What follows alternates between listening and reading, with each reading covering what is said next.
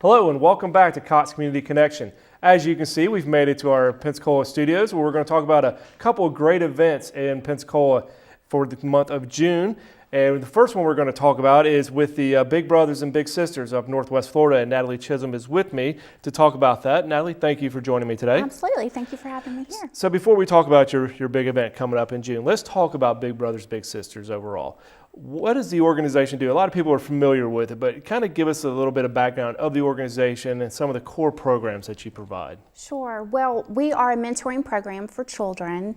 We have bigs who are, they are our adult mentors, and littles who are our children in the program.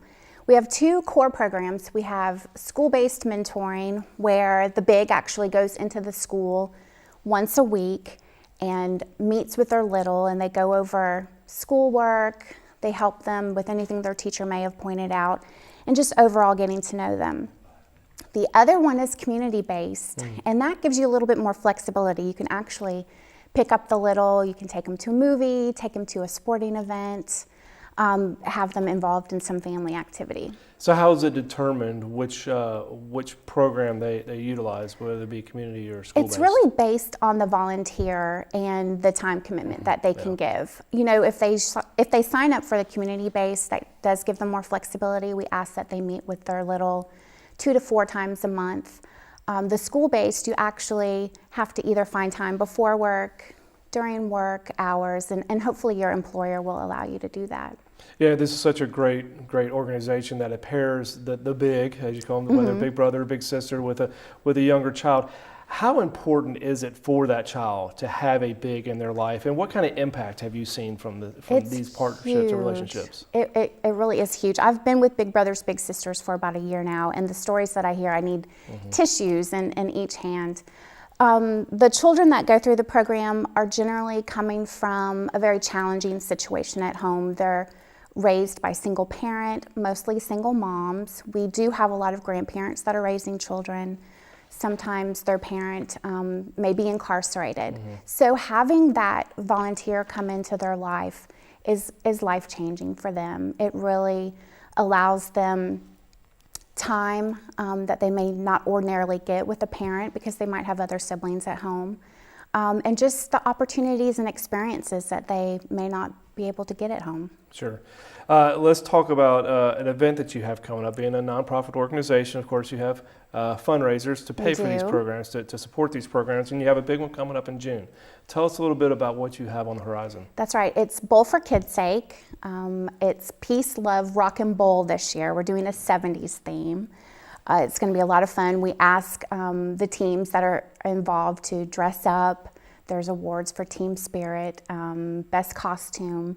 But this is one of our annual fundraisers.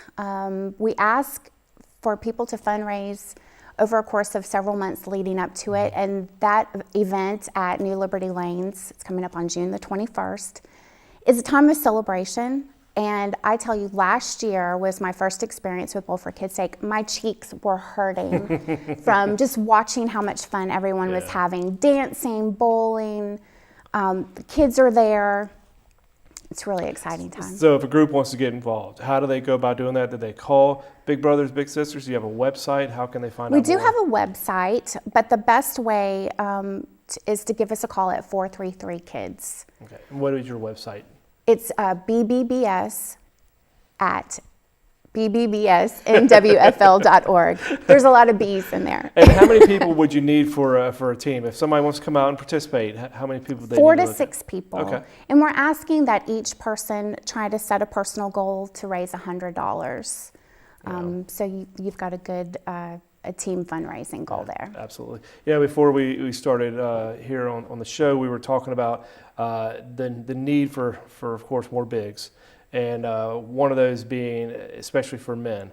Tell me a little bit about how somebody can get involved. If somebody does want to become a big, how they can get involved, and what kind of person you're looking for. Well, the type of person that we're looking for is someone who genuinely wants to make a difference. They do need to love children and have a little patience, because it takes a little time for that child to warm up. I had one match that was talking to me, and it took about 6 months for that child to kind of warm up. There's a lot of trust there. that needs to take place. Very simple though. You call it again. You call 433 Kids. There is a background process that we do. We do several background screenings. It takes a course of a few weeks to get all that processed through the school, through Escambia County Sheriff's Office. But just the desire to want to make a change. To want to make a difference and an impact in a child's life. Yeah. Well, we're almost out of time, but if you could, again, please give me the date, time, and location for the Bowl for Kids' Sake event and how people can get involved. June 21st, we have a 5 o'clock shift and a 7:30 shift. It's at New Liberty Lanes, and if they want to get involved, just give us a call at 433 Kids. Natalie, thank you so much for joining me. Thank you. Good luck on the event. Absolutely, thank you. Stay with us. When we come back, we'll talk about Pensacola's heritage with Fiesta of Five Flags.